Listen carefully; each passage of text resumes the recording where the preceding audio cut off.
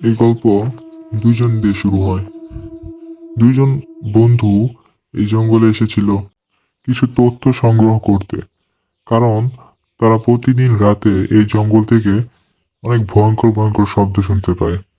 তাই তারা দুজন চলে এসেছিল এই জঙ্গল দেখতে, এই জঙ্গলে কি আছে তা সবকিছু সংগ্রহ করতে। তো আমরা যেমনটা দেখছি যে দুজন কথা বলতেছিল যে এই জঙ্গলে অনেক ভয়ঙ্কর ভয়ঙ্কর শব্দ শোনা যায়। তারা ওই শব্দ কি জন্য আসে, শব্দ কি জন্য আসে, এই শব্দগুলো দেখার জন্য তারা ক্যামেরা নিয়ে চলে এসেছে। ইতিমধ্যে তারা দেখতে পাচ্ছে যে সামনের দিকে কোনো মানুষ শব্দ করতেছে, কোনো মানুষ নাকি তারা দেখার জন্য সামনের দিকে যাচ্ছিল। তখন তারা দেখতে পায় যে কালো কালার কিছু একটা পরে কে যেন হাঁটতেছে। তারপরে ক্যামেরা অ্যাঙ্গেল চেঞ্জ হয়ে দেখা যায় যে তারা কোন এক জঙ্গলের ভিতরে প্রবেশ করছে। তার জন্য গল্প করছে।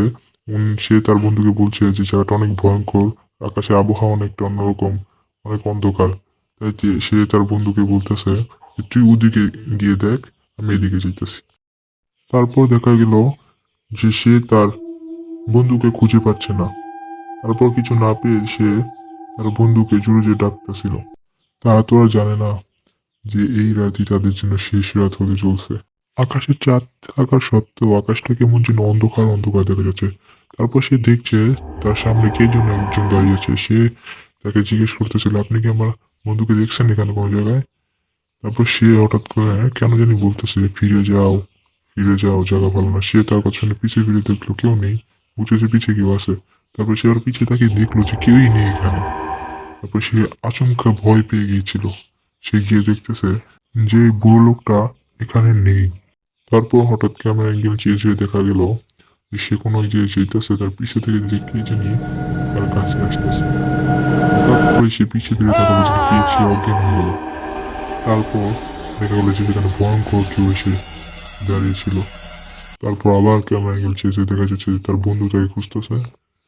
তারপর সে দেখলো যে এটা জিসান না, হ্যাঁ এটা জিসান, এটা বলে সে সামনের দিকে যেতেছে সাহস করে। তারপর হঠাৎ করে কাছে গিয়ে দেখলো যে যখন এটা জিসান, তখন জিসানকে সে উঠানোর জন্য অনেক চেষ্টা করছিল।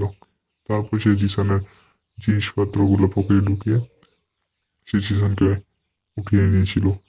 তবে জিসান বলল, আহ, ভাই এই জায়গাটা রহস্য আছে ভাই। তখন জিসান তাকে নিয়ে কোথাও একটা চলে যাচ্ছিল। তারপর তারা প্রায় সুস্থ হয়ে যাওয়ার পর তারা কোনো একদিকে হাঁটতেছিল। তখন ইমরান বলতেছিল যে গাছে এটা কি দেখা যাচ্ছে, গাছে কিছু একটা ছিল। তখন সে জিসানের সারানে পেয়ে সে পিছিয়ে তাকে দেখলো যে জিসান নেই। তারপর বললো যে জিসান কোথায় গেল। তারপর দেখা গেল সামনে কে যেন কেউ গেছে। তারপর সে এসে বলে এটা কি, এটা কে ছিল, এটা কি। সে ভয়ে তার অবস্থা আত্মনাদ হয়ে গিয়েছিল। তখন সে আস্তে আস্তে পিছের দিকে যাচ্ছিল। তারপর হঠাৎ করে পিছিয়ে তাকিয়ে দেখলো যে কে এটা, কে। সে অনেক ভয় পেয়ে গিয়েছিল। সে ওখানে কোনো এক জিন বা ভূত দেখতে পেয়েছিল। সে সামনাসামনি ওকে দেখে অনেক জোরে দৌড় শুরু করলো।